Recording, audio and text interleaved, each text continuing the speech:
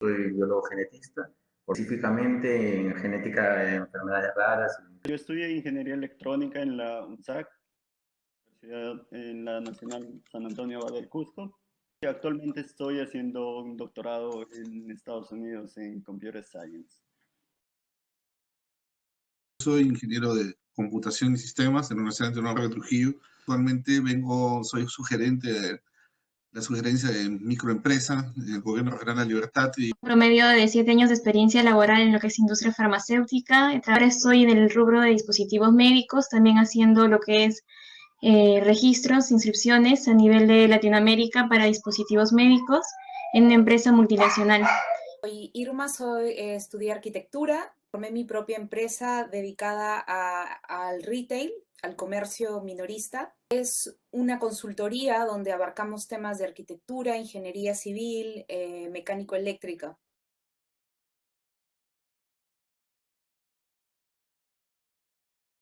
En el último ciclo de universidad comencé a hacer mi tesis. Titularnos para los arquitectos es muy importante porque nosotros nos colegiamos y la colegiatura es un paso importante porque firmamos nuestros planos y los presentamos a las diversas entidades públicas. Entonces comencé el último ciclo a trabajar mi tesis y decidí que mi tesis quería que tenga mucho contenido de investigación y en ese sentido conseguí un sponsor de Naciones Unidas para trabajar mi tesis, así que estuve haciéndola durante un año, luego la presenté, como les digo, sponsoreada por Naciones Unidas.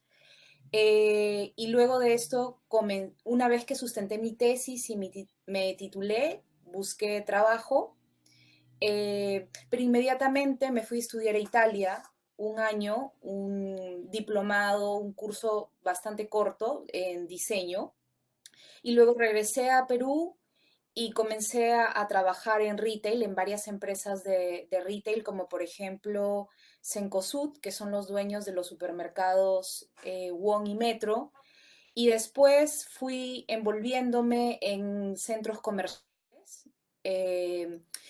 Dirigí las áreas de diseño de dos empresas de capital chileno.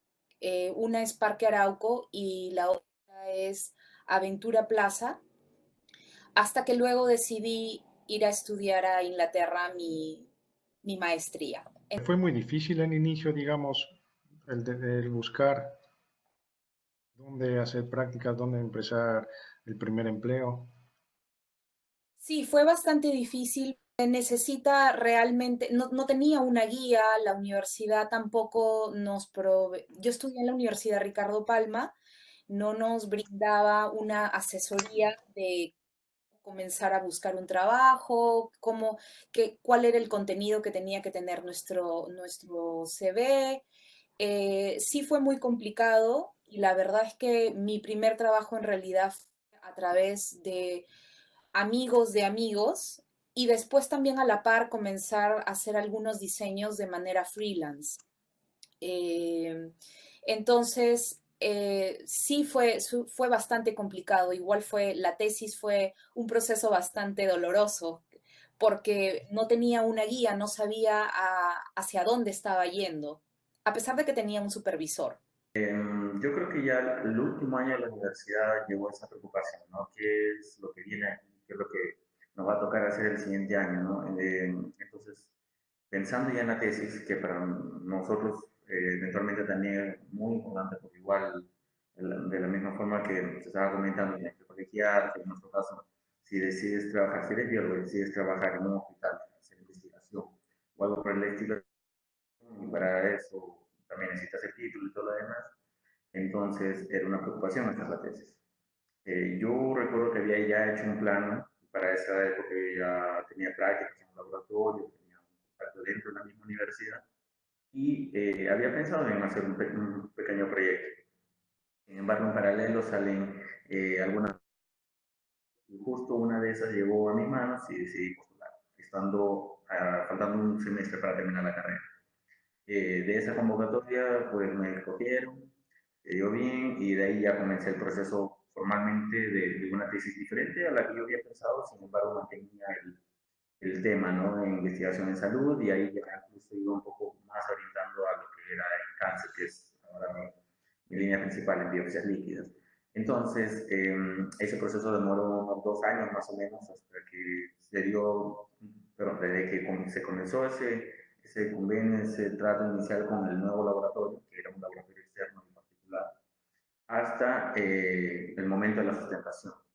Entonces, esos 2 años participé en el desarrollo de mi proyecto, pero ya hubo un momento en el que salí, terminado la universidad y conseguí el bachiller, que en la época era automático, y por suerte también conseguí un trabajo en ese mismo sitio. Entonces, pude equilibrar mis labores dentro del diagnóstico, de investigación, con mi proyecto de tesis, ¿no? Hasta que llegó el término un tiempo después.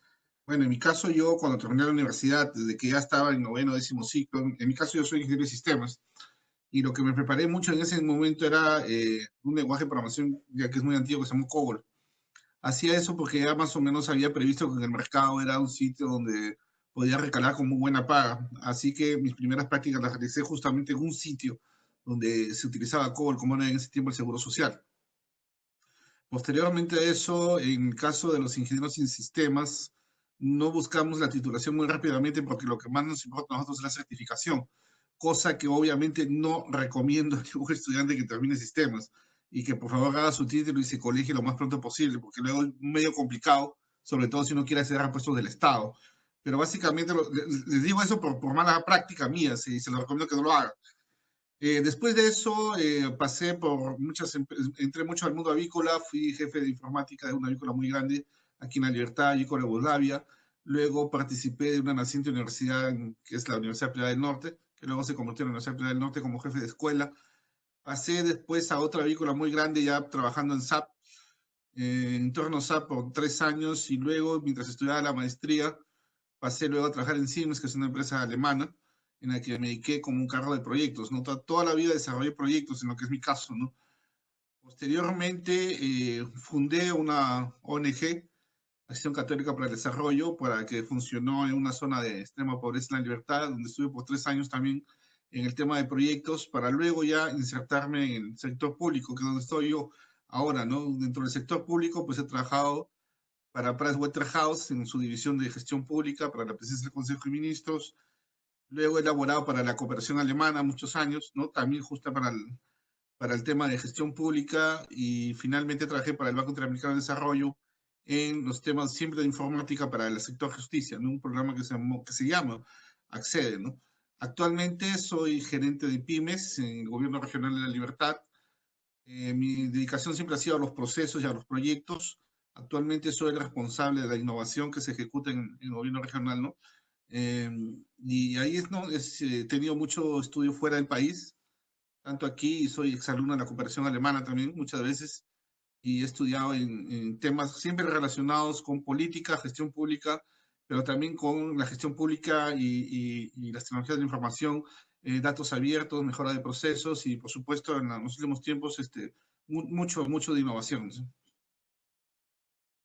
Gustavo, haciendo un poco, o sea, has tenido una trayectoria muy, en cuanto a experiencias, bien amplia, y haciendo un poco de memoria, el inicio, ¿cómo lo viste? O sea, si hoy tienes que hacer una recapitulación, digamos, ¿fue complicado empezar una vez que acabaste la universidad? Tuve miedo. O sea, eso creo que es el temor de cualquier egresado, porque lo que se me cruzó por la mente es tanto gasto que han hecho mis padres y ahora qué. O sea, no es lo que has pasado, porque después de la graduación, una vez que botas el ribete al aire y el ribete cae, empieza la realidad, ¿no? Lo primero que hice, y antes me estaba olvidando, fue pegarme a mis profesores, ¿no? Siempre uno tiene profesores amigos con los cuales tiene cierta afinidad, ¿no? Y uno de estos me llevó a enseñar a la Universidad Nacional de Trujillo, que está en mi misma ciudad, es la Universidad Nacional. Y ahí comencé, pero fue porque alguien me apoyó. Creo que este apoyo es no solo por amistad, creo que uno también tiene que ganarse la confianza, ¿no? Es una confianza técnica, llamémoslo así, ¿no? Entonces uno se pega a un profesor, hace su amistad como amigo, pero también como calidad, digamos, hacen la calidad técnica, ¿no? Para que puedan recomendarlo a uno, ¿no? Y creo que estar en la Universidad Nacional de Trujillo, que es una universidad de mucho prestigio aquí, pues me permitió abrir varias puertas, ¿no? Después, ya cuando fui a Odebrecht, cuando hice mis primeros pininos, cuando todavía no se sabía, ¿no? Estoy hablando del año 1995, ¿no? Que era una empresa muy grande y muy prestigiosa en ese momento. Me fue muy fácil porque ya tenía un antecedente que había estado en la Universidad Nacional como profesor, ¿no? Pero fue eso, ¿no? Tuve bastante temor de no conseguir nada. Pasé por ese proceso. Ya decía, escuchando un poco lo que hablaban, me pasó a mí lo mismo que me pasó en secundaria. Yo desde cuarto de la universidad, porque en quinto año terminas la universidad, haces internado. Entonces, desde cuarto de la universidad yo ya estaba con, ¿y ahora qué voy a hacer? ¿No? Porque efectivamente hay un tema de responsabilidad en el internado, ya te dan un sueldo, ya puedes aportar en casa, ya tienes que perfilarte como trabajador, estás cambiando de etapa, aunque no lo quieras ver. Y bueno, sí, me pedía un profesor que era muy conocido mío,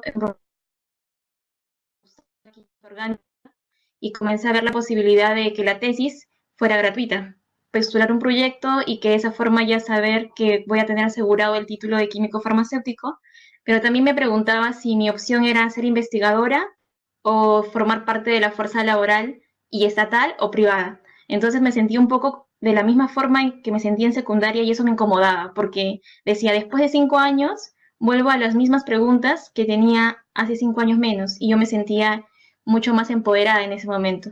Entonces creo que ahora a la fecha, sé que siempre pasa que uno se vuelve a replantear cosas. 5 años después, me pregunto qué voy a hacer 5 años en el futuro.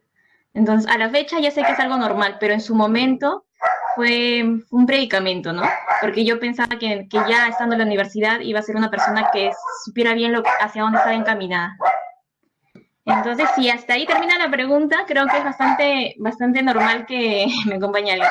Es bastante normal que uno tenga dudas y que tenga la pregunta de ¿y ahora qué? Y la gente se sienta como no puede ser que en este momento de mi vida, con 20 años un poco más, tenga que pensar en mi futuro, ¿no? Un futuro que supuestamente al ingresar a la universidad uno ya tiene encaminado, porque ser o tener una profesión implica que todo el tiempo estás hablando sobre eso, ¿no? Y quien no lo sienta así, porque otros dicen la parte profesional y la parte privada hay que separarlas, pero cuando uno le gusta su carrera, tu carrera es tu vida y hay que saber bien cómo dialogar entre tu vida como carrera y de repente ya la parte íntima, la parte familiar y saberla compasar. Entonces creo que a esa pregunta hasta ahí la dejo, ¿no? Hay muchas dudas y es completamente normal, no estamos locos. Creo que para mí fue bastante fluida la transición de universidad a comenzar la maestría o en todo caso a comenzar a trabajar y todo eso. ¿Por qué digo esto? Porque al terminar la universidad se me presentaron una convocatoria para prácticas profesionales, me presenté ahí, felizmente me aceptaron, entonces hice las prácticas profesionales, 6 meses. Después de esto tuve la oportunidad de continuar haciendo un proyecto para la misma empresa otros 6 meses y durante ese tiempo también se me vino la oportunidad de presentarme para la maestría en Río de Janeiro. Entonces, justo los tiempos encajaron, me aceptaron en la maestría y también me fui para Brasil. En Brasil también se me dio la oportunidad de que había una empresa que estaba buscando un programador. Uno de mis amigos me comentó esto, postulé a la empresa, también me aceptaron y en Brasil estuve trabajando así. Mientras hacía la maestría llegué a trabajar unos 2 años, diría yo, en la empresa. Hacía la maestría. Después terminando esto, y sí fue un poco más difícil porque terminé la maestría, terminé el trabajo también se terminó, era un proyecto que duraba 2 años. Terminamos los dos y ahí me vi con la duda, ¿no? ¿Qué es lo que puedo hacer ahora? Estoy en Río de Janeiro, he estado estudiando bastante tiempo, me he dedicado bastante. Entonces, esto me pasó de que, ok, volvamos a Perú, ¿qué podemos hacer ahí? ¿Qué es lo que Perú me ofrece después de haber estudiado tanto tiempo? Fui a Perú y lamentablemente en Perú todavía no se tenía o recién se estaba comenzando con todo este movimiento de Concitec y todo con todas estas nuevas leyes y todo, pero en ese momento a mí todavía no me favorecía. Yo sé que ahora el gobierno está impulsando un poco más esto, pero para aquel momento aún no. Bueno, en Perú hice un poco de empresa, estuve intentando con hice dos proyectos. A la par, fui a la universidad y pregunté, bueno, me presenté eh, en las direcciones de la universidad en la que trabajo, en la dirección de investigación, me presenté y les dije, miren, este es mi currículum, esto es lo que he hecho, si es que hay alguna posibilidad para mí, si es que me ofrecen algo para mí. Ellos me dijeron que por el momento no tenían nada, pero después me llamaron y me dijeron, bueno, puedes trabajar aquí, estamos abriendo el área de investigación y nos gustaría que nos apoyes. Entonces ahí estuve unos 2 años trabajando en Perú, mientras hacía esto del proyecto, el proyecto en la dirección de investigación del UNSAC. Y después, aquí sí fue el caso de que estuve en bastante relación, como estaba dentro de la universidad, estuve bastante relacionado con un docente y él me presentó al mi orientador que es aquí en Estados Unidos. Entonces me presentó en un congreso de ahí, conversamos y me ofreció que pueda participar aquí en el doctorado. Y hasta ahí sería todo. Algo que yo puedo decir es que si es que hay una oportunidad, tómenla, no tengan miedo y nada. Muchas gracias, Pablo. Ha sido uno, digamos, de los que has tenido, como comentabas, la suerte de poder encontrar esa rápidamente, o sea, o al poco tiempo de salir de la universidad, estas oportunidades vía convocatorias. Te quería, te preguntar, era por el lado de la empresa privada, ¿verdad? No, las convocatorias, como si te enteraste de la convocatoria, ¿nos podías contar un poquito más? Mira, para las profesionales fue una convocatoria que se publicó dentro de la universidad. Estaba dirigida a ingenieros electrónicos, entonces en Cusco solo tenemos unas cuantas empresas, eran un par de empresas que trabajan que necesitan de ingenieros electrónicos.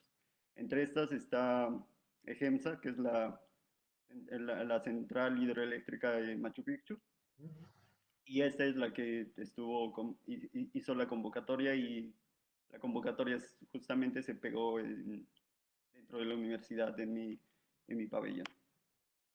Ahí es que pude ver esto. Luego en Brasil fue para una empresa privada, y tenía un amigo que estaba trabajando ahí y mi amigo me comentó de que justo que el ingeniero de software se cambió de trabajo, entonces ellos tenían una vacante ahí. Y fue así. Muy bien. Luego, al volver a Perú fue de que yo mismo fui a la universidad y hablé con las personas adecuadas y les comenté mi caso.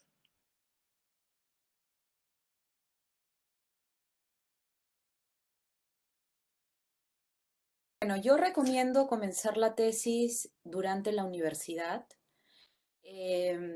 básicamente porque las primeras semanas, los primeros meses van a ser todavía una etapa de exploración del tema y si uno consigue suficiente información o no. Es importante también la selección de quién va a ser el director o el supervisor. Yo diría que el éxito de una tesis va a ser 50% la elección de este profesor que los va a guiar. También creo que es importante comenzar la tesis durante la universidad porque en el caso de que uno quiera buscar a algún sponsor, siendo estudiante, uno todavía está en contacto con muchas actividades que las universidades programan y convenios, etcétera. Por supuesto que cuando uno todavía está en el último ciclo de la universidad, el tiempo es bastante limitado y ya cuando se egresa, digamos que tienes el tiempo, es el 100% de tu tiempo dedicado a tu tesis, pero si ya pasaste la primera etapa, que es elegir el tema, los objetivos y algunas preguntas sustanciales, creo que por lo menos egresas teniendo un norte. No, yo qué te puedo decir, eso va a depender mucho de cuánto apoyo tengas en casa, ¿no? En mi caso, yo ya estaba casado y la verdad que lo pospuse, ¿no? Porque creo que lo ideal es que tú en el último año te pongas a desarrollar la tesis, por muchas razones.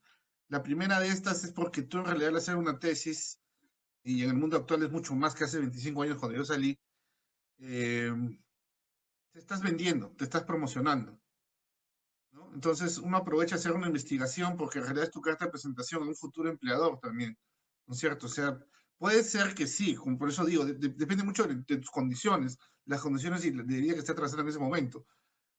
Puedes hacer la tesis para hacer una investigación pura o puedo hacer una tesis que me sirva como carta de recomendación para un futuro empleador. Por ejemplo, en mi caso, estar estudiando ahora temas de blockchain, digamos, ¿no? Para hacer, o la siguiente generación de blockchain, ¿no es cierto? Me podría ser lo que me podría beneficiar bastante, porque me puede abrir un mercado, al menos en Perú, que hay tan pocos desarrolladores en blockchain, ¿no? Por ejemplo, en lo que fue mi caso, yo hice una tesis que fue muchos años después, porque al final me terminé titulando, pero fue basado también en experiencia. Y me pasó lo contrario, porque fue una cosa muy simple, la verdad, cuando he hecho la tesis. Porque tenía ya muchos años de experiencia, ¿no es cierto?, que fue muy simple, pero si alguien tuviera, digamos, el soporte financiero de los padres para poder hacerlo, sugeriría que lo haga cuanto antes, ¿no? Y si puede llevar en paralelo, porque lo que pasa es que cuando uno trabaja también ve la tesis de manera distinta. Cuando uno ya salió de la universidad y trabaja y hace la tesis en paralelo, también ve la cosa distinta, ¿no? Creo que hay muchos caminos para ese tema, ¿no? Pero el que tomen creo que debe ser considerado como que es tu carta de presentación para el futuro de lo que quieres hacer, o aprovechar la tesis como ese trampolín que te puede redefinir como profesional. Yo creo que la tesis debería comenzar, sí, en el último año, por lo menos, ¿no? Porque de las clases y los propios cursos en la universidad, ya el último año te queda un poco más libre o flexible, entre comillas, ¿no? Incluso hay programas que tienen una sección de prácticas preprofesionales, y bueno, eso hablando un poco en general lo que corresponde a biología, que es mi área, ciencias biológicas. También concuerdo con el punto que levantaron sobre el asesor. En realidad eso impacta mucho. Una buena, más allá de la relación que exista entre el alumno y el asesor, es la disponibilidad del asesor, es el trato que tiene el asesor con el alumno y el estilo que él use para conducir el proyecto, ¿no? Entonces, hay casos en los que los alumnos buscan más de un asesor, buscan un asesor externo, a pesar de tener uno en la propia institución. Y eso puede jugar de ambos lados de la carta, ¿no? Puede ser muy bueno porque tienes más opiniones que enriquecen tu trabajo, pero a su vez puede también llegar a contradicciones que pueden ser incluso alterantes en cuanto al desarrollo del proyecto. Entonces yo creo que la idea principal sería tener un proyecto, una tesis que vaya de la mano, uno, de algo, de un tema que me interese, dos, que me permita sentir esa confianza de desenvolverme y de poder lidiar con los problemas que ese propio proyecto genere más adelante. Porque en realidad todo esto, en mi opinión, es un poco de tener fuerza de voluntad y un poco de tener hasta coraje para conducir un proyecto, para hacer lo propio y poder resolver los problemas que eso genera. Sí, o sea, abordar la tesis ya es como un resumen, porque lo que han dicho estoy de acuerdo y lo he visto desde un punto de estudiante, o sea, en propia vivencia, y desde un punto de profesor también por mis estudios en docencia, ¿no? Efectivamente, en la tesis lo más importante es el problema a solucionar, tienes que identificar tu tema de interés y plantearte objetivos, porque los objetivos son el alcance de la tesis. Eso va a ser el parámetro para la teoría que tú busques. Y eso va a determinar los tiempos, ¿no? Que idealmente en una tesis de pregrado no hay que complicarse mucho, aunque uno lo ve como su primer invento, su primer hijo, no hay que complicarse más allá del año y medio. En un tema muy grande, con un presupuesto más amplio y con un asesor muy bueno, 2 años. Y es el caso, por ejemplo, de ciencias de la salud. Idealmente es 1 año, después de egresar. tanto en pregrado como en posgrado. Y viene el tema, por ejemplo, de que la universidad a nivel de pregrado te provee de herramientas para que tú cumplas con eso. Entonces, primero, en los primeros años hay el tema de metodología de la investigación y en los últimos años es el tema de redacción de tesis, que la mayoría de universidades lo tiene y estoy segura que todos están en algún curso de ese tipo, ¿no? Como parte de su plan de estudios. Y ese es el enfoque, que después de un año, por lo menos, terminen con la tesis de grado. Y el otro tema es que lo que bien dice Gustavo, que hay mucha preocupación, yo también la tenía. ¿Qué pasa que si después de un año yo sé más de lo que sé ahora? Entonces voy a hacer una tesis no tan buena como la que puedo hacer en un año más. Bueno, creo que ese tipo de preocupación yo también lo manejaba, ¿no? El hecho de que, bueno, si yo hubiera sabido este error en las recomendaciones, ¿no? Si yo hubiera sabido esto antes, no me hubiera equivocado en esto, ¿no? Hay que soltar un poco la valla y saber que es un tema de pregrado. No quiere decir que esté mal hecho, sino que justamente para que esté bien hecho, tiene que ser un tema conciso, donde tú te sientas cómodo con el tema, que te guste revisarlo, abordarlo, discutirlo, y que encuentres un asesor que esté enfocado en el tema dentro de la universidad. Eso es suficiente para una tesis de pregrado. Ahí como que soltarle el parámetro a la tesis de pregrado y hay que enfocarse más en la tesis de aquello que te guste y que te represente en primera instancia de qué eres como profesional, ¿no? Y que no lo dejen para después porque la mayor cantidad de estadísticas dicen que si no lo haces después del año, lo vas a hacer algún día. Entonces hay que apresurarse con eso. La recomendación siempre va a ser que la comiencen antes de haber acabado la universidad. Están más frescos, están en relación con los docentes y todo esto. Luego, acabada la universidad, uno ya comienza a trabajar o comienza con otras metas, otros proyectos, y ahí ya el tiempo le es corto o uno siempre dice, lo voy a hacer después, lo voy a hacer después, pero no termina haciéndolo. Entonces, en este caso yo me pongo, porque aún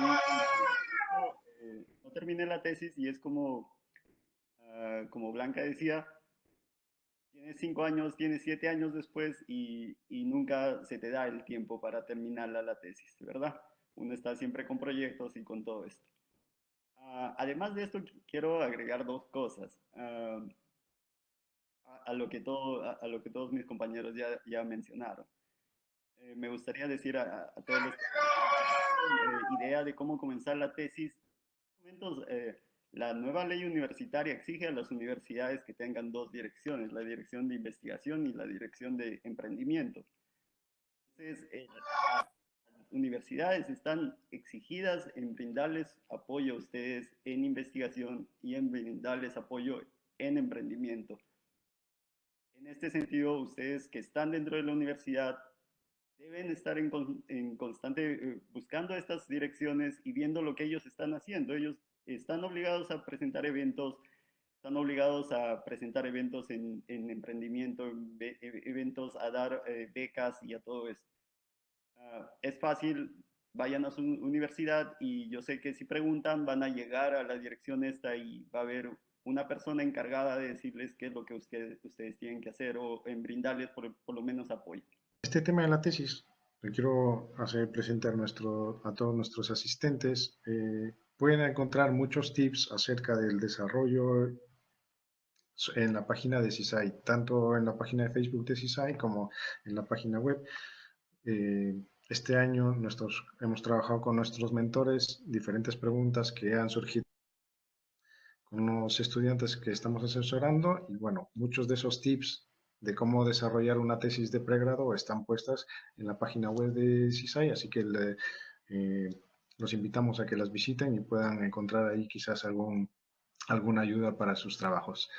Quiero dar paso ahora a las preguntas pues, de nuestro público. Janet, si por favor nos puedes ayudar con alguna de ellas. Sí, bueno, ya creo que ustedes respondieron la pregunta sobre la tesis.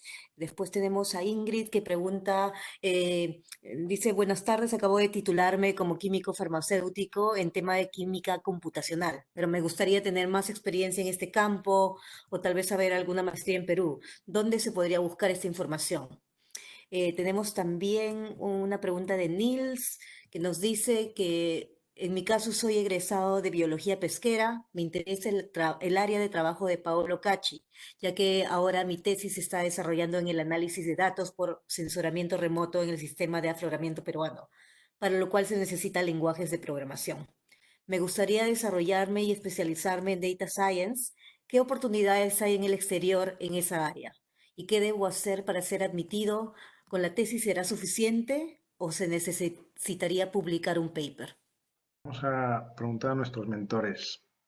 Digamos, un estudiante que ya ha terminado la tesis, ya ha terminado, digamos, con la relación, ¿qué es lo que recomiendan? ¿Seguir con una maestría, adquirir experiencia?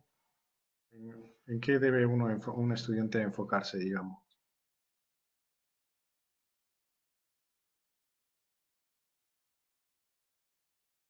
Creo que depende mucho el campo en el que uno está inmerso. En mi caso, que estoy ligada a la construcción y a la ingeniería, yo recomiendo trabajar primero. Eh, Básicamente porque eso es muy valorado cuando uno hace luego cuando hace maestrías ligadas a la ingeniería, la experiencia y además otras habilidades que no son técnicas, que nosotros lo llamamos las habilidades blandas, por ejemplo, el tema del trabajo en equipo, liderazgo, etcétera. Hace más o menos un año tengo una empresa en paralelo que se dedica a asesorar alumnos en sus postulaciones para maestría o doctorados. Básicamente, nuestro público es 100% asiático y ellos quieren postular a universidades en Estados Unidos, en Inglaterra, y me doy cuenta que si bien la parte académica es muy importante, cada vez más las universidades top en Estados Unidos o en el Reino Unido piden más habilidades blandas en los estudiantes o aquello que lo haga destacarse del resto de estudiantes a nivel mundial. Llámese trabajo social, experiencia laboral o algo o una contribución a la comunidad. Entonces, eso es lo que despunta a los candidatos cuando aplican a estas universidades que son top a nivel mundial. Decía que definitivamente la experiencia. Ahora, ahí hay que diferenciar dos cosas, ¿no? Si tu maestría va a ser de tipo horizontal o vertical, y especifico. Por ejemplo, si es una maestría vertical, es como decía la colega anterior, es sobre su propia carrera.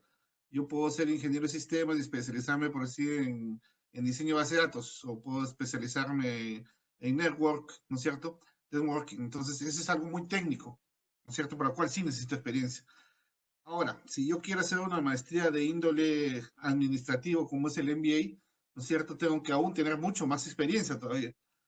¿Por qué? Porque ahí es donde más desarrollas temas de gestión, donde desarrollas más temas de habilidades blandas. La maestría hay que conceptualizarla como un sitio donde uno va a enriquecer y enriquecerse, más que con los profesores, que es importante, con los colegas. Y una de las cosas que uno más adquiere en las maestrías, al menos en la de negocios, son el network, que tiene el social network que uno puede alcanzar. Yo quería referirme a un jovencito que está preguntando sobre el data science.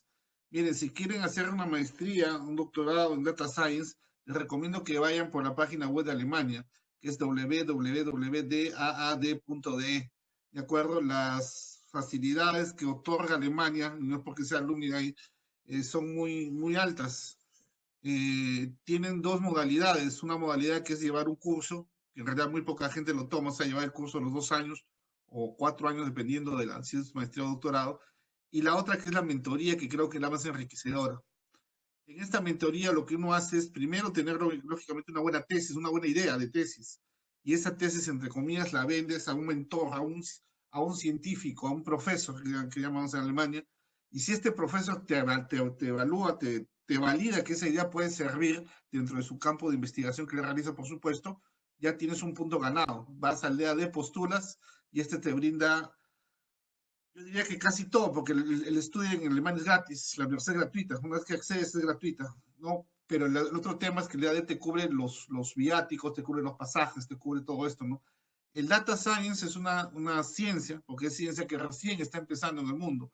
Tendremos a lo mucho unos 8 años sobre este tema. En Perú hay muy pocas experiencias, tal vez las financieras están ingresando en este tema, pero el data science pues es casi, si uno es ingeniero de software, es redefinirse nuevamente, porque es un rango de acción que va desde la estadística, la programación, la base de datos, el marketing, la estadística, el planeamiento estratégico, o sea, es un ramo muy amplio que dominar, ¿no? Pero si en algún sitio creo que puede hacer eso, es en Alemania, donde estaría una persona perfectamente satisfecha de todo lo que le puede otorgar el sistema educativo alemán como el respaldo de los viáticos para poder seguir sus estudios.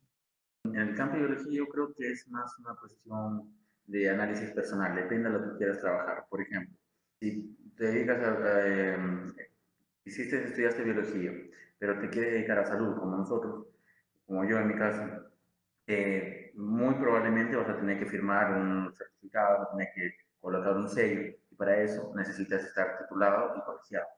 Entonces, ahí yo daría un poco más para cumplir la tesis y conseguir el título, ¿no? Sin embargo, hay otras ramas de la biología, dependiendo del tipo de trabajo que realices, en el que no necesitas firmar algo. No necesitas involucrarte con un paciente, no necesitas tratar algo, no necesitas firmar algún certificado, alguna declaración, ¿no? Entonces, por ejemplo, los que trabajan en microbiología, en alimentos también hay que firmar. Los que trabajan en cuestiones ambientales también hay que firmar. Entonces, si dependiendo a la que quieras dedicarte, no vas a firmar eventualmente algo en corto tiempo, yo creo que tranquilamente podrías construir una mejor experiencia profesional directamente hacia el objetivo que quieres llegar, ¿no?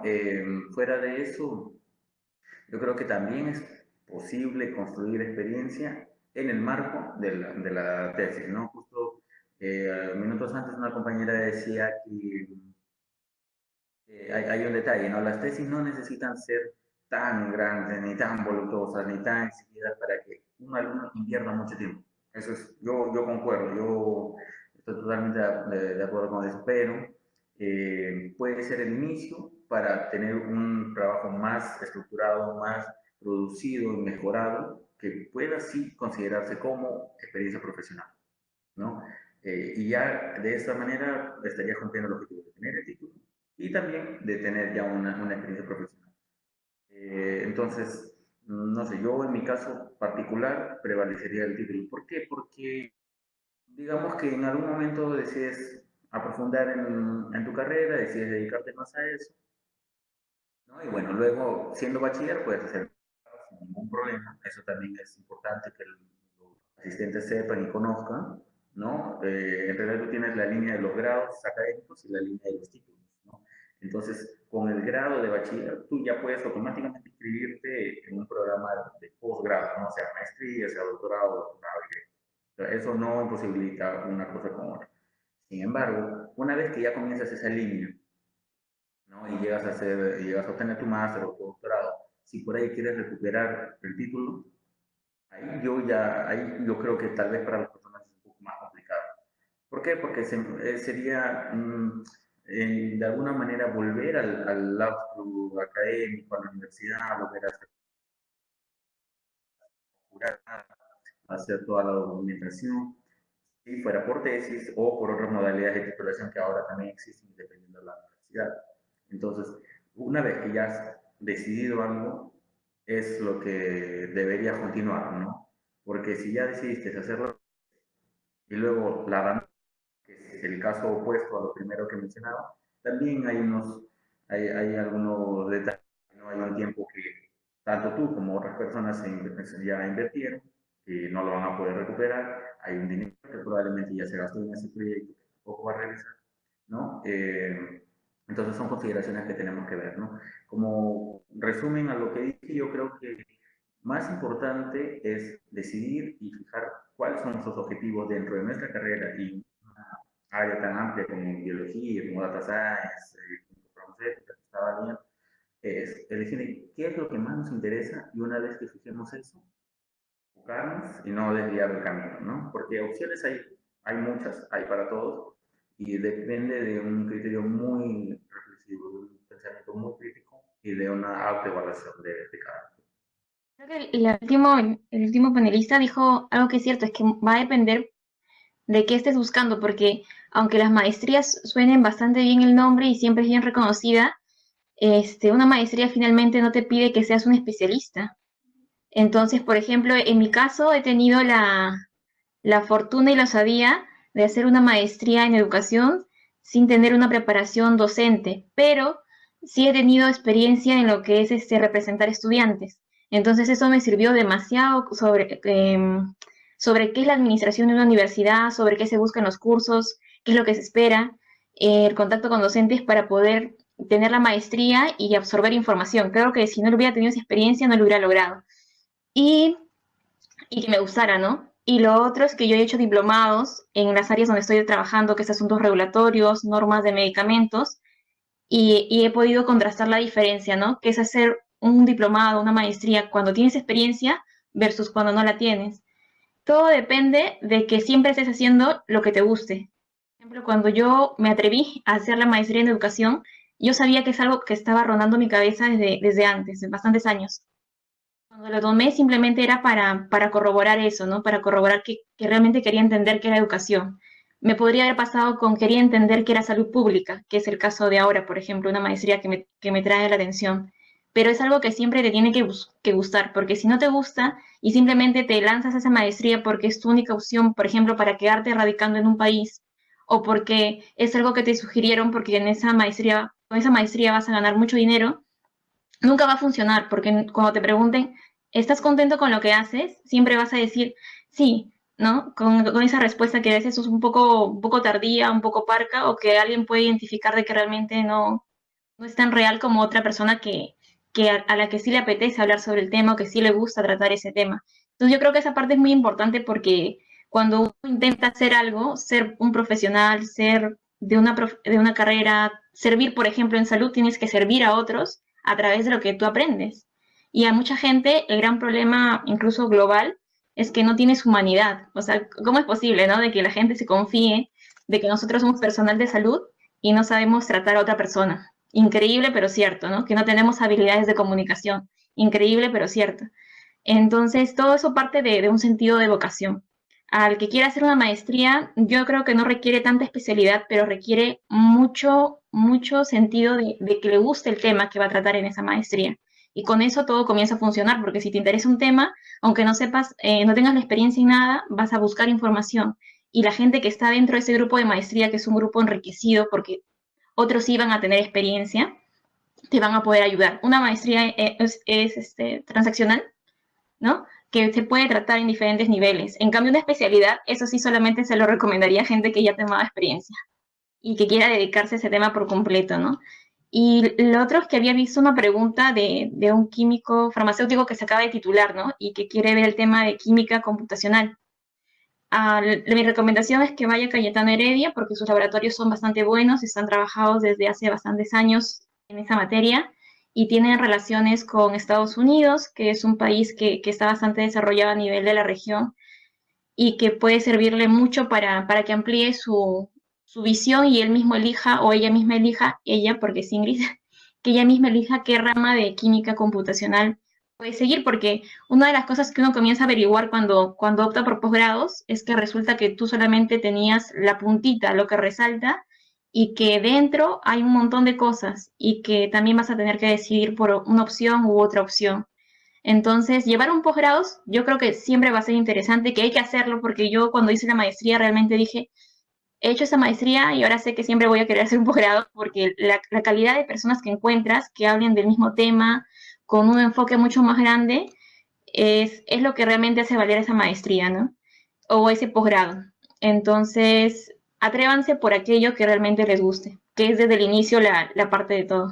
Lo que yo creo es que las dos cosas deben ir de la mano. Investigación y experiencia en la industria deben ir de la mano. Uno, cuando hace maestrías y doctorados, a lo que apunta es a investigar o a desarrollar nuevos métodos. Pero uno no puede desarrollar nuevos métodos sin saber a lo que la industria se está moviendo. Si uno conoce, si uno ha tenido un poco de trabajo en esto de industria, por lo menos ya tiene la idea de qué es lo que debería estar haciendo, hacia dónde debería de orientar su investigación, ¿no? Cómo puede resolver cosas cómo puede resolver problemas actuales, ¿verdad? Entonces, un poco saliendo de la universidad, siempre es bueno cambiar un poco, empezar a cambiar entre industria y estudio. No puedes estar tampoco en la industria, solo industria, porque al final te llegas a mecanizar en los métodos que hace tu industria, pero no llegas a tener los conocimientos más a fondo de cómo modificar eso, cómo mejorar los procesos o esas cosas. Entonces, tienen que ir de la mano. Esto es lo que yo estoy tratando de hacer. Me dedico un poco a mis estudios, maestría, y a la par intento meterme a la industria. Después, y estoy así en constante cambio. Entonces yo creo que esto es algo bueno, según lo que yo creo. Ahora, había la pregunta de Data Science, y yo creo que Gustavo ya lo dijo, lo respondió completamente.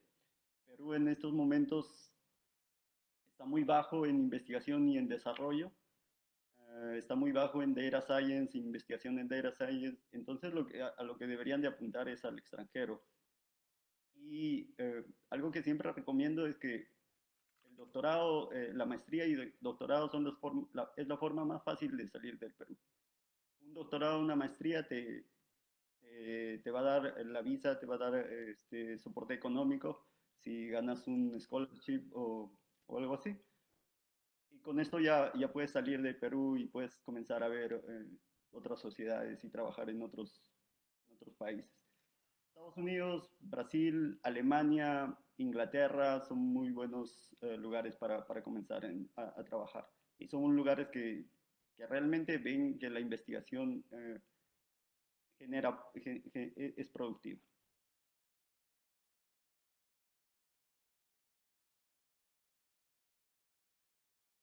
Es una respuesta ni sí ni no. O sea, en realidad uno cuando contrata a un profesional no contrata porque tiene maestría, porque tiene título, o porque estudió en el extranjero, o estudió en el Perú, o porque habla inglés o alemán, o habla solo español, o porque tiene experiencia. En realidad el mundo está tan complicado hoy en día que uno contrata un paquete de muchas cosas. Por decir, yo podría contratar a un ingeniero de informática que durante todos los años de sus 10 años de profesión ha trabajado en proyectos, pero durante todos los 10 años, una vez al año, sacó una certificación distinta y no tiene maestría. ¿No es cierto? O sea, es un cúmulo de cosas. Sin embargo, si yo pudiera tener a dos competidores que tienen la misma cantidad de años de experiencia, que tienen la misma calidad de experiencia o de logros, y uno tuviera maestría y el otro no, creo que indicaría la balanza por el que tiene maestría. A lo que voy, o sea, ha cambiado mucho el nivel estático que teníamos hace 25 años cuando yo egresé de lo que eran los estudios, que estudiaba la carrera profesional y teníamos el supuesto que esos 5 años de la educación básica nos eran suficientes, y ahí está el caso error.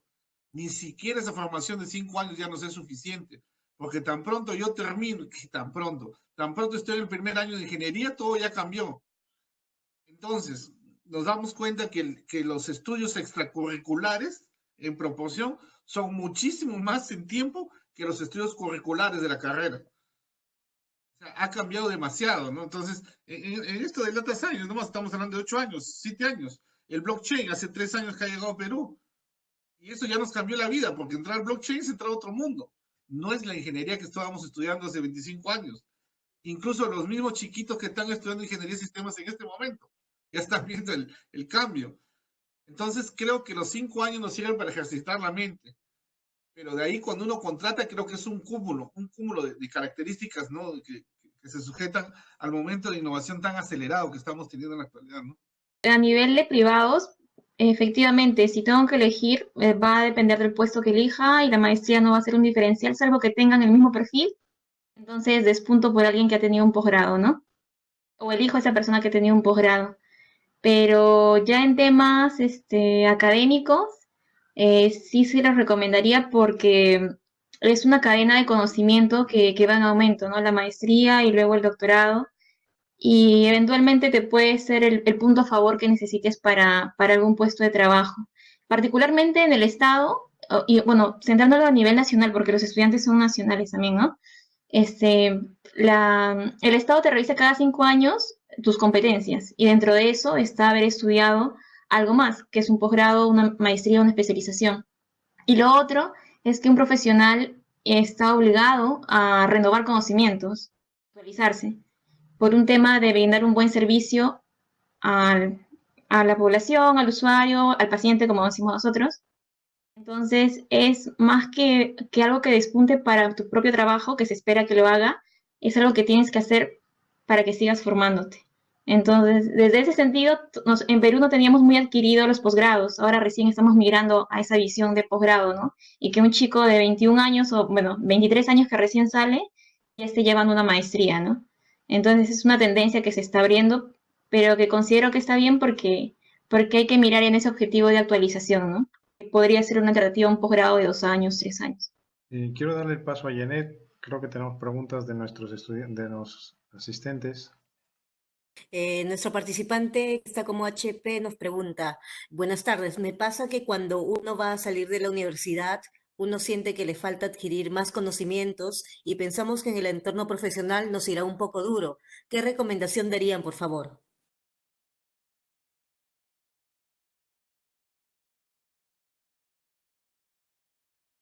Bueno, antes de responderla, yo también coincido con Gustavo que es todo el paquete. No es solamente uno, no nos contratan solamente por tener una maestría, solamente por tener experiencia profesional. Ahora el mundo laboral es tan competitivo que en realidad nosotros somos una marca personal que engloba varias cosas: maestría, experiencia, idiomas, como les dije, temas también de liderazgo. Y contestando la pregunta, bueno, yo creo que la información ahora y los conocimientos son mucho más veloces de lo que nosotros podemos sentirnos preparados para. Eh, con lo que quiero decir que muchas veces nosotros nos sentimos que yo personalmente también siento de que me faltan más conocimientos a la hora de aceptar un proyecto, pero realmente si no lo acepto, si voy a esperar el momento perfecto, este nunca va a llegar. En otras palabras es estando en la piscina es cuando uno aprende a nadar. No, no tanto la teoría de cómo pueden ser nuestras clases de natación, es simplemente una guía, pero solamente podemos saber qué nos falta y qué recursos además obtener estando en el campo.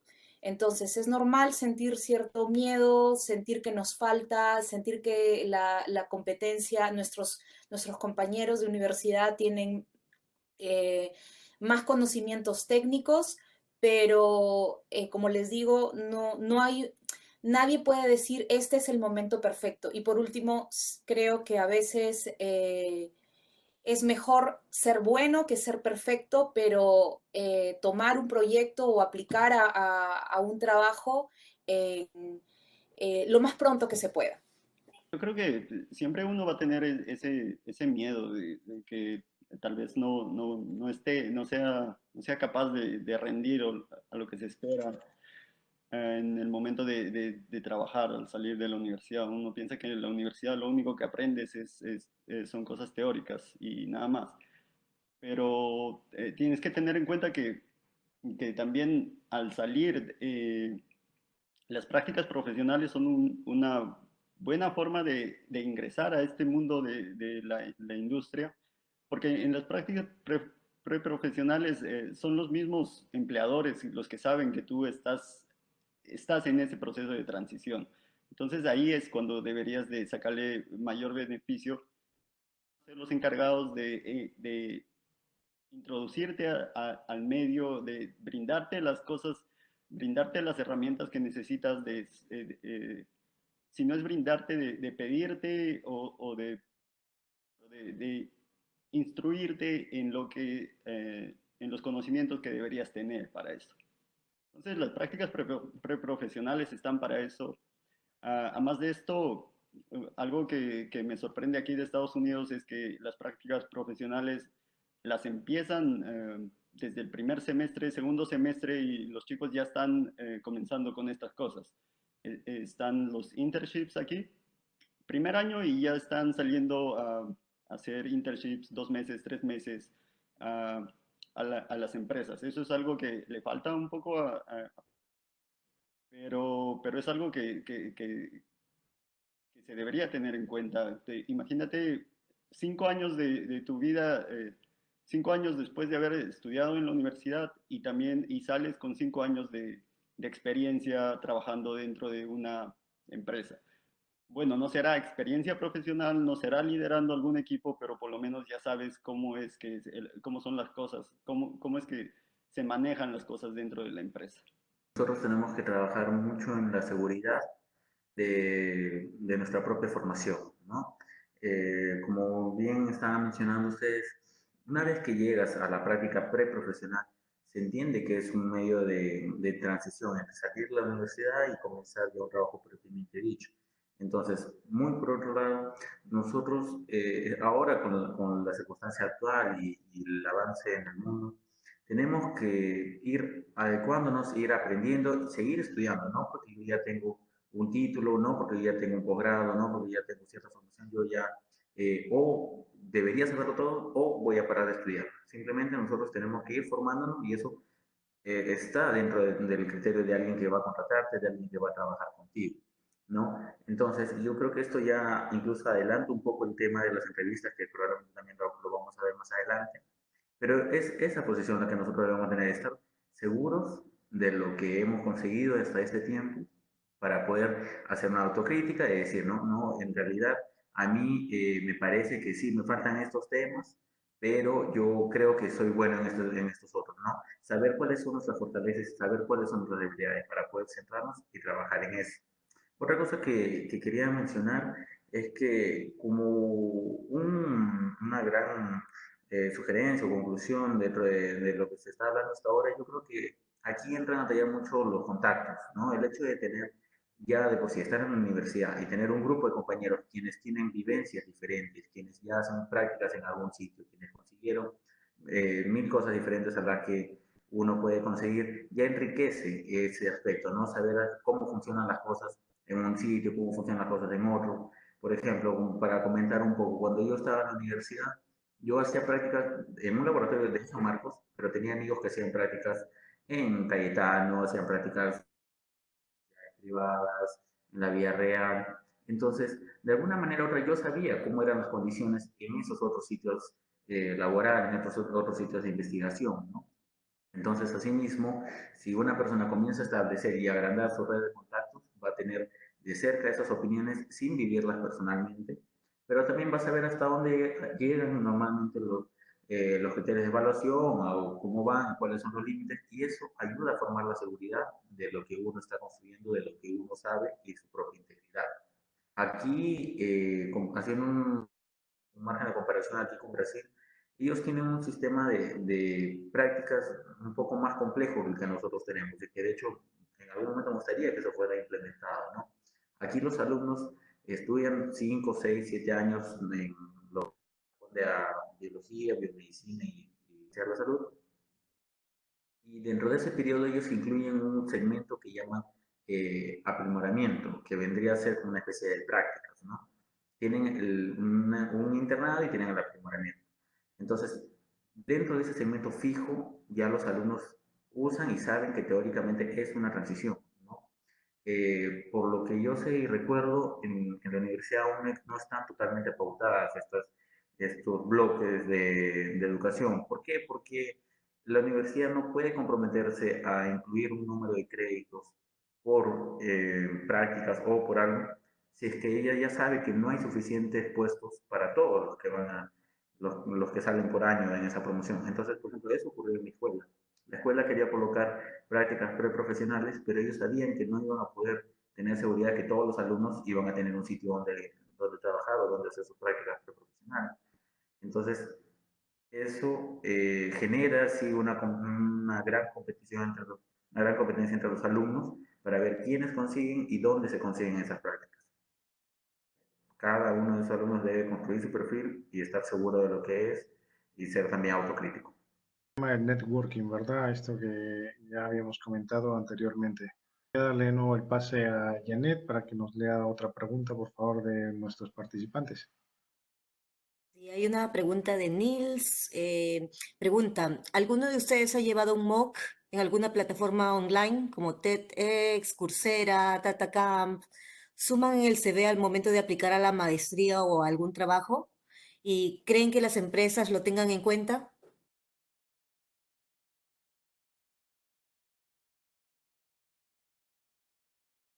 Yo he llevado algunos cursos, unos MOOC, pero la verdad es que la respuesta es no para ambas preguntas, no para la maestría y no para las empresas, es simplemente cursos que nos ayudan al propio crecimiento laboral, personal, pero lamentablemente no los toman en cuenta ni las universidades ni los trabajos. Yo quisiera aportar, ¿no? Yo no he llevado MOOC, indudablemente que estos MOOC no, como no están sujetos a certificación ni a la validación de cumplimiento de horas de validación de aprendizaje obtenido, no tiene mayor, pero sí he tenido buena experiencia. Por ejemplo, hay una plataforma muy buena que es el ILPES, que es del Banco Interamericano de Desarrollo. Recomiendo llevar esos cursos porque sí han tenido efectos para mis validaciones en el Estado. Tal vez debe ser porque sí son cursos asistidos y son cursos de mucho prestigio. Para el área técnica he llevado un par de cursos en Stanford, uno de ellos fue el Machine Learning, creo que aparecen directamente en LinkedIn. Sirve para ciertos entornos, definitivamente no para las maestrías ni los doctorados, pero sirven para ciertos entornos, sobre todo cuando las empresas, en nuestro caso de desarrollo de software, no tienen muchos recursos humanos, no hay masa crítica. Por ejemplo, en Perú no hay desarrolladores de Machine Learning, hay muy pocos. O alguien que esté desarrollando en blockchain, hay menos todavía, ¿no? Entonces, en esos casos sí puede ser un diferenciador. ¿Por qué? A no tener a nadie que sepa nada, a tener a alguien que ha hecho el intento o que está ya con alguien le ha dicho que al menos ha superado la valla básica, puede significar. Sé de muchos colegas que se ha servido, dependiendo de dónde vengan. Por ejemplo, hay una opción del MIT que ya se está viendo lo que es innovación, ¿no es cierto? Por un curso que vale $1.800, pero que creo que sí tiene algunos rigores. Y sí lo he visto que en algunos centros laborales sí lo están aceptando, ¿no? Pero sí es cierto, no es en todos. Hay otra maestría de Top MBA, que es una maestría muy interesante, que vale algo de $560, me parece, por un año, en la cual te enseñan los CEO de algunas empresas de startups, son los mismos profesores, ¿no? Lo cual la hace un tema mucho más, te cambia el mundo, ¿no? O sea, es como que el mundo se separa un poquito de la universidad, del mundo comercial, y va directamente a testearte contra el mercado, ¿no? No sé si me dejo entender. No digo que no sigan con las maestrías y los doctorados. Las vamos a tener que hacer porque es ahí donde está la investigación y desarrollo que se necesita actualmente para la innovación. Pero el mercado cada vez tiende a eso. Si a eso le sumamos que los 5 años de carrera no nos van a suplir porque la mayor cantidad de cosas que te vienen por conocimientos, por las actividades extracurriculares, creo que en algún momento esos cursos serán validados de manera distinta.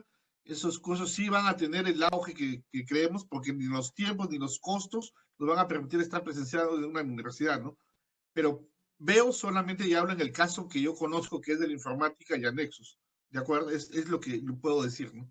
Bueno, yo creo que sí podría discrepar un poco con lo que estaban comentando antes, porque en realidad yo he llevado algunos cursos MOOC, sí, y algunos, fuera de esos, algunos específicos de las universidades que eventualmente ofrecen online, ¿no? Y dan ese servicio incluso hasta con certificación dependiendo de la nota que se consiga. Entonces, lo que al menos aquí en Brasil se discute sobre eso, porque ahora están queriendo implementar algunos cursos hechos aquí en Brasil, en Sao Paulo por lo menos, es lo siguiente. Los cursos MOOC tienen una dificultad de evaluar el qué tan fidedigno son los resultados de la evaluación. ¿Por qué? Porque es una plataforma hecha en Internet, entonces no hay un grado totalmente fidedigno de ver, ¿no? Si es que la evaluación fue correctamente hecha o no. Además de que son básicamente teóricos, ¿no? A pesar de que algunos incluyen. Entonces, muy a pesar de eso, el hecho de que el perfil de un alumno, hablando en mi caso personal, incluya esas condiciones, ¿no? De que yo llevé un curso de Machine Learning, no sé, de informática o algún análisis muy específico en virus, por estas plataformas significa de que a pesar de no tener las condiciones de llevar, por ejemplo, ese curso en la sede o en ir a esto, significa que el alumno se está preocupando, que el alumno tiene un interés de actualizarse y es una manera parcial de justificar y de certificar esto, ¿no? Si bien los MOOCs y los otros cursos virtuales aún no son totalmente conocidos, al menos aquí, y en lo que es el otorgamiento de becas y el análisis de casos y la evaluación de estas habilidades dentro de los alumnos, es muy considerado como un criterio de proactividad, que el alumno está buscando herramientas, que el alumno tiene interés en aprender algo y que eventualmente con eso podría hasta llegar a obtener una pasantía en el sitio donde se desarrolla normalmente el curso, que también he visto algunos casos que han sucedido de esa manera, ¿no? Porque en los cursos se abren hasta foros, se abren discusiones, por ahí está el correo de y bueno, ¿no? Hay alumnos que se han presentado y han dicho, mira, yo llevé este curso aquí y me interesó y por ahí vi un ejemplo que se hace en su laboratorio y me gustaría ver si podían visitar, ¿no? Entonces eso funciona y al parecer está funcionando cada vez mejor por ahí. Pues no es igual para todos en todos los campos, así que, pero sí que son beneficiosos, digamos, o complementos para nuestra formación. Al final, el mercado laboral también te exige que te actualices y que sigas formándote, ¿no? De acuerdo a las necesidades que la industria, la empresa o el campo académico requiera. Janet, ¿tenemos alguna otra pregunta de los estudiantes? Sí, tenemos una pregunta de Angie Inga Balbín. Dice, soy egresada de la Facultad de Farmacia y Bioquímica y realicé mis prácticas en industria. Ahora estoy realizando la tesis y trabajando en innovación y desarrollo y me siento alineada para el área de investigación y desarrollo. ¿Dónde podría llevar cursos, primeros cursos y luego maestría?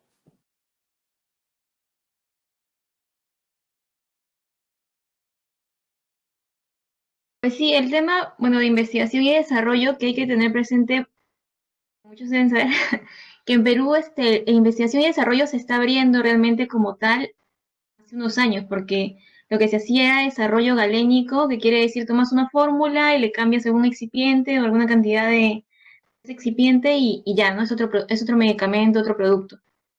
Entonces, si ahora ya está enfocada en lo que es investigación y desarrollo tal cual, que ambas partes son válidas, ¿ah? Es que no sé cuál de ellas, pero si es investigación y desarrollo viendo lo que es moléculas nuevas, estructuras, que ahora es más presente la parte de bioquímica en las universidades y también en los laboratorios. Algunos están desarrollando ese tipo ya de real investigación o de investigación de verdad. Yo te va a sonar de repente un poco raro, Angie, pero te recomendaría que primero busques cursos de empresas privadas porque están con ese enfoque. No creo que te sirvan tanto cursos de universidad, que sí, San Marcos y Cayetano hacen de vez en cuando cursos cortos, pero me parecen más interesantes los cursos que están dando las empresas privadas. Algunos de ellos incluso que son empresas proveedores de insumos para las empresas que hacen investigación y desarrollo. Y ya luego puedes optar por una maestría a nivel nacional. Cuando llevas a la maestría, lo bueno es el entorno en el que te desarrollas. Entonces hay mucha gente que ya tiene pasos avanzados en investigación y desarrollo y te pueden ayudar. En ese caso solamente voy a recomendar dos, San Marcos o Cayetano Heredia. Pero si tú puedes, y creo que también debes tentar a postular a una maestría en el extranjero, muchos de los farmacéuticos han tomado como primera rama postular a Brasil, que es un país que se ha abierto gustosamente a aceptarnos, y otro país que podrías ver si es un tema ya más industrial, como primera tentativa podría ser México, incluso Estados Unidos. Es que como dijeron hace Irma, si tú puedes postular, postula, no te inhibas por eso y vas a ver que encuentras más oportunidades de las que esperabas.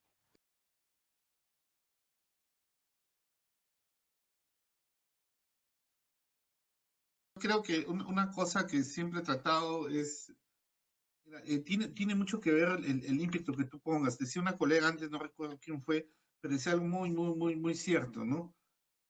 Uno vive con la profesión las 24 horas del día. Entonces, en mi caso, desde que salí de la universidad me precié de ser ingeniero de sistemas. Me sentía muy joven, me sentía muy orgulloso de serlo. Y trataba de que eso se muestre en un servicio para la gente, ¿no? Entonces, cuando tuve una primera práctica rentada que fue en Odebrecht, aquí en Trujillo, en lo que es el campamento Alto Trujillo, se llama aquí, la cuestión de la segunda etapa de Chavimochi, ¿no es cierto? Lo que creo que fue que me hizo quedarme entre 25 un participante fue que había hecho muy bien mi trabajo de estudiante y dos, que había mostrado una alta capacidad de comprometerme con la compañía. O sea, por ejemplo, nos dieron una semana para probarnos.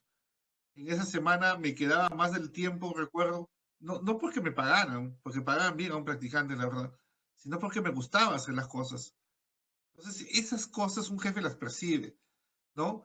Creo que uno aprende a exponer su talento. Cuando uno es jefe, después con los años tiene la suerte de ser jefe, y ves ese talento en los niños, en los chicos. Ahora yo trabajo con practicantes, los veo en noveno ciclo, en décimo ciclo, y tú ves en su cara reflejada cuando hacen algo bueno.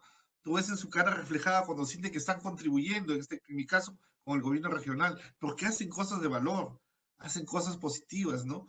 Esas cosas, cuando uno ve en la mirada de un muchacho eso, que además estudia y ve que se compromete y aporta, creo que eso es lo que a mí al menos me motiva a decir que una persona destaca sobre las otras. Esa mirada de felicidad cuando logra algo en el trabajo, así sea una cosa que para ellos puede ser pequeña, ¿no? Primera convocatoria fue cuando estaba haciendo la tesis y como les dije, mi tesis fue sponsoreada por Naciones Unidas.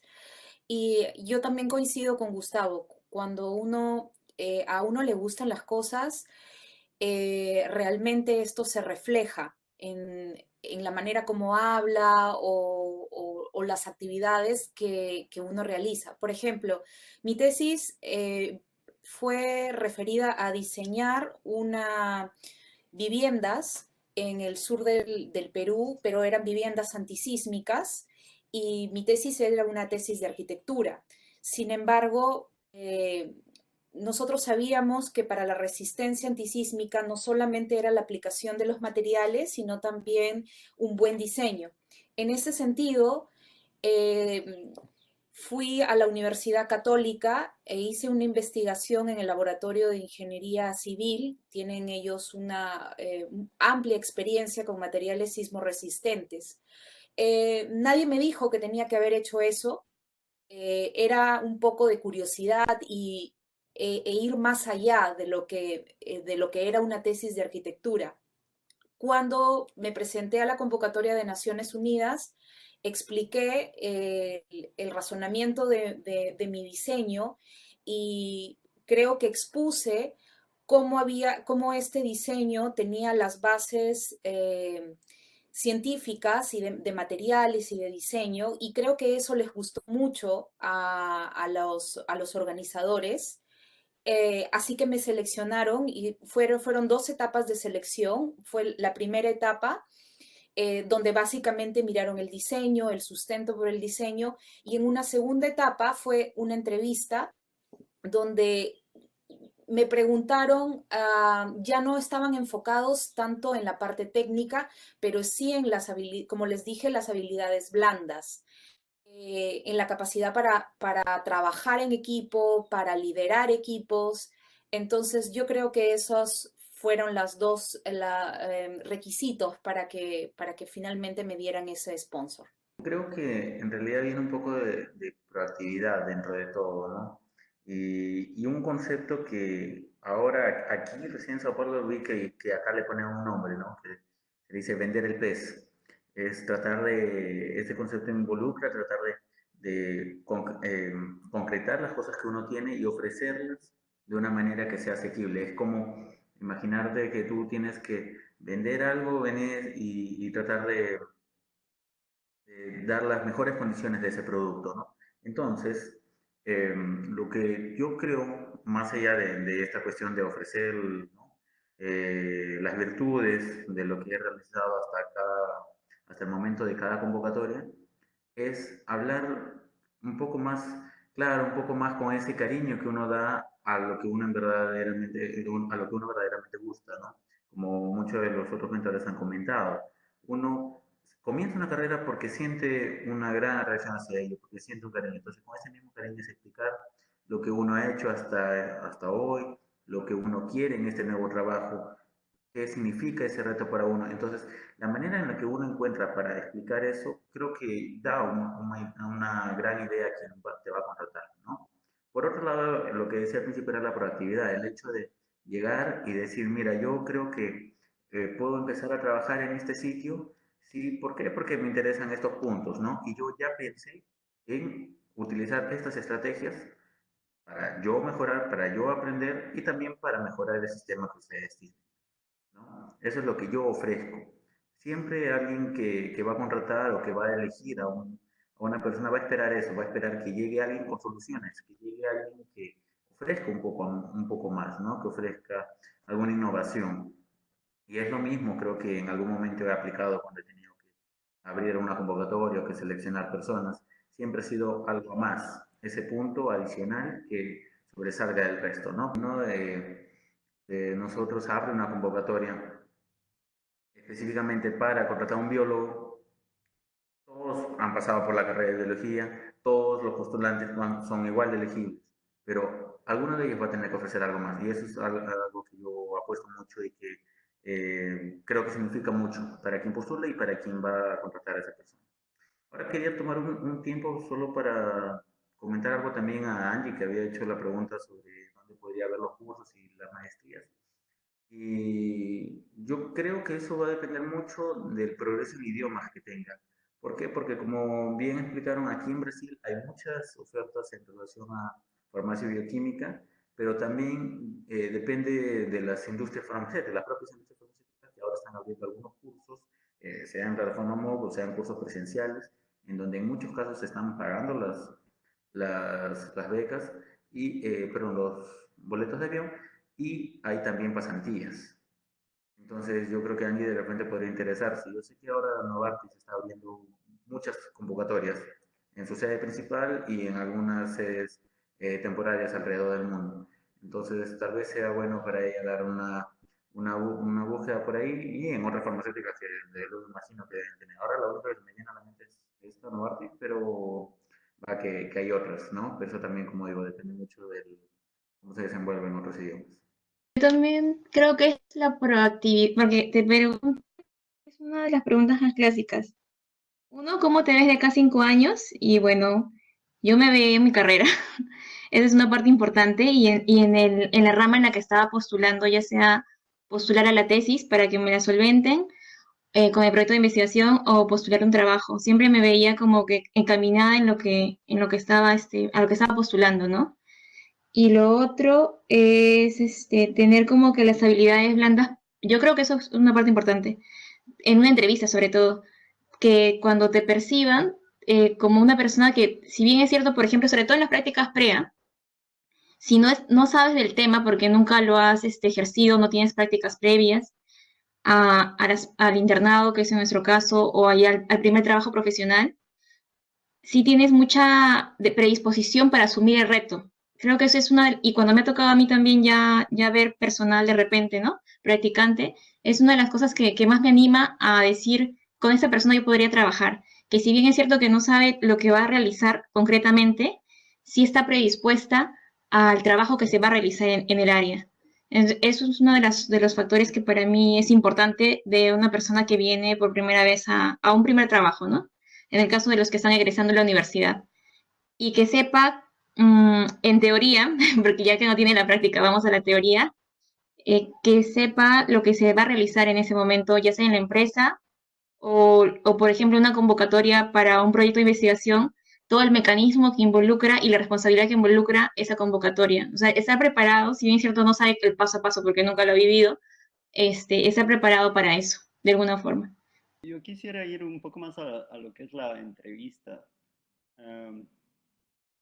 Yo creo que en la entrevista tú tienes la oportunidad de un poco y mostrarte cómo eres. Entonces, si es que tienes un gran conocimiento, si es que puedes explicar lo que sabes de manera que la gente entienda o que tu entrevistador entienda qué tanto sabes del tema, eso es algo, eso es el plus que va a hacer que te seleccionen a ti. Si es que puedes mostrar que sabes bastante y que a la vez sabes aplicar eso en resolver problemas. Entonces, un poco ahí quiero volver a esta pregunta de los cursos. En mi caso, yo tengo más de 20 cursos por lo menos que habré hecho entre estos MOOCs. Y algo bueno que siempre resalto de esto es que te abren la perspectiva. En Perú, el nivel de educación en Perú es bastante diferente con el nivel de educación en Estados Unidos. Y estos MOOCs por lo menos te brindan la oportunidad de que puedas ver puedas sentir la diferencia entre la diferencia de perspectiva que hay entre un docente de Estados Unidos o el nivel que ellos manejan o hacia dónde apuntan por lo menos. Entonces, al final, por lo menos, si llevas un curso de estos, en la entrevista puedes hablar sobre este curso y ya es un tema más del que puedes hablar y por lo menos sabes que entre todos tus competidores, no todos han llevado ese MOOC que tú has llevado, o no todos hablar de la educación de Estados Unidos, o pueden hablar de la educación que han recibido de la universidad del MIT o de Berkeley o de tal sitio. Y no pueden hablar con el nivel de profundidad el que tú has, que el que tú has podido acoger después de haber tomado este curso. Entonces, sí, al final tienes que tener varios pluses. Tienes que tener un plus de conocimientos, tal vez esto. Tienes que tener otro experiencia, como lo dije anteriormente, si es que puedes decir que estuve haciendo internships desde el primer año y ahora que ya terminé la universidad tengo en total 14 meses de práctica. Con 14 meses de práctica siempre le vas a ganar a alguien que está recién tratando de comenzar a hacer su práctica o algo así.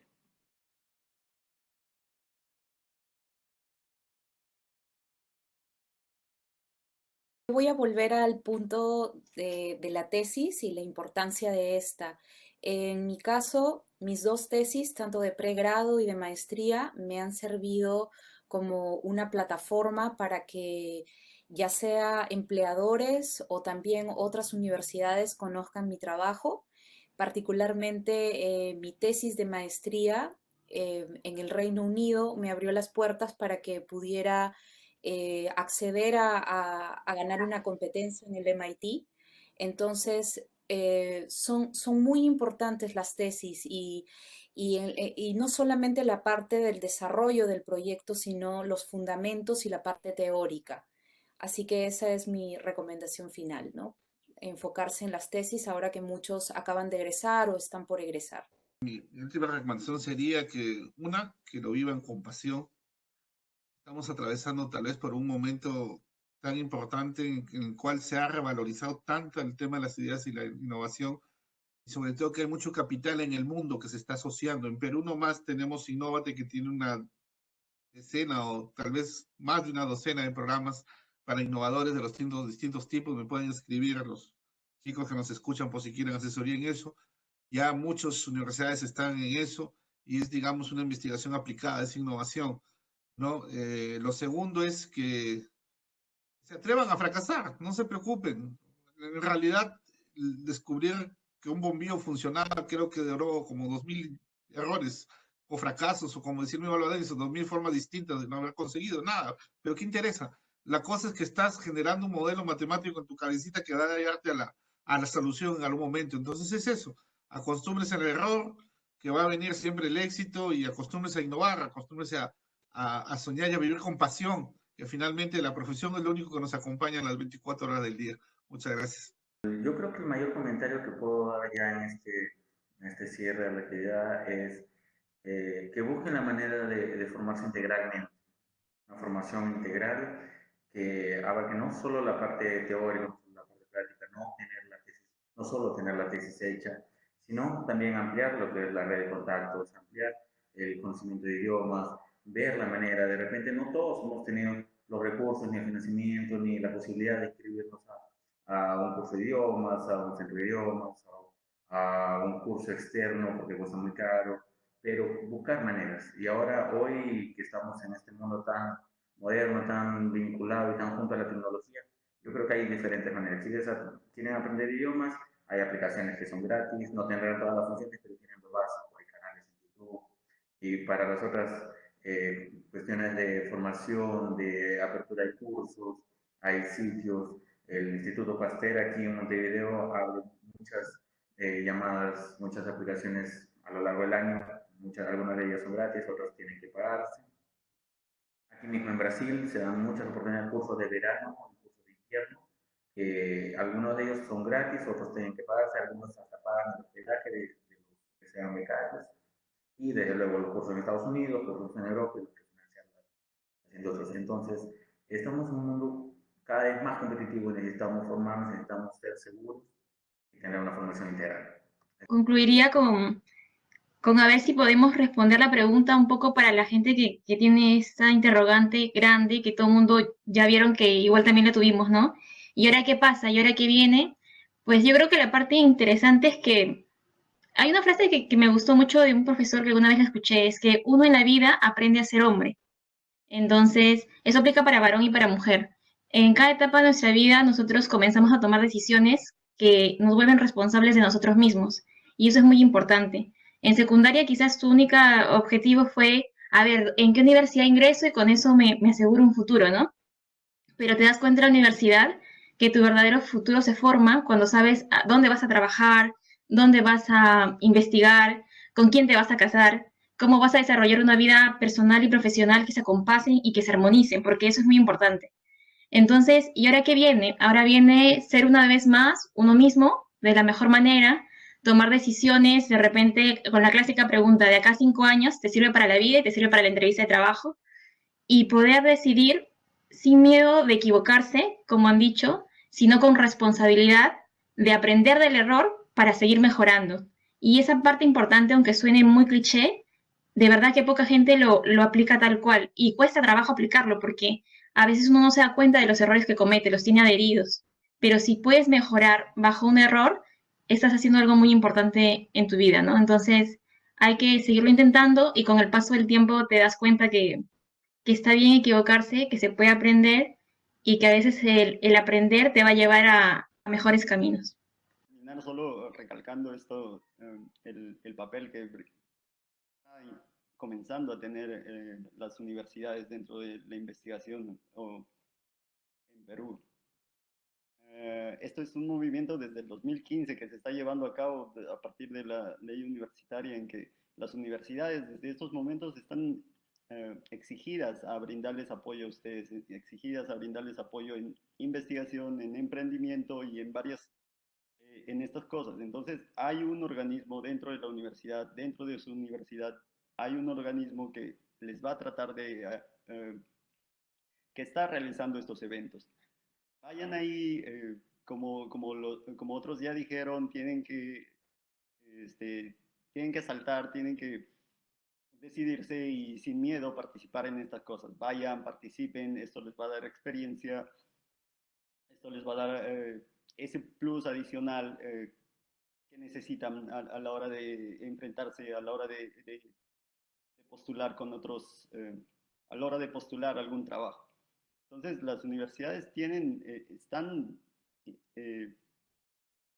en esta constante búsqueda de cómo innovar, cómo ofrecerles a los estudiantes, cómo les puedo ayudar en investigación y por lo menos, o lo que yo sé, es investigación y es emprendimiento.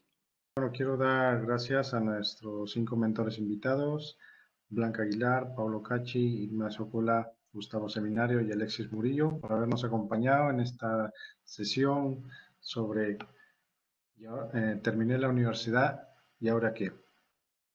Agradecer también a nuestros asistentes, A los embajadores de CISAI que nos han ayudado a difundir el evento y también a la dirección coordinada por Janet. Janet, ¿alguna última palabra para despedir el evento?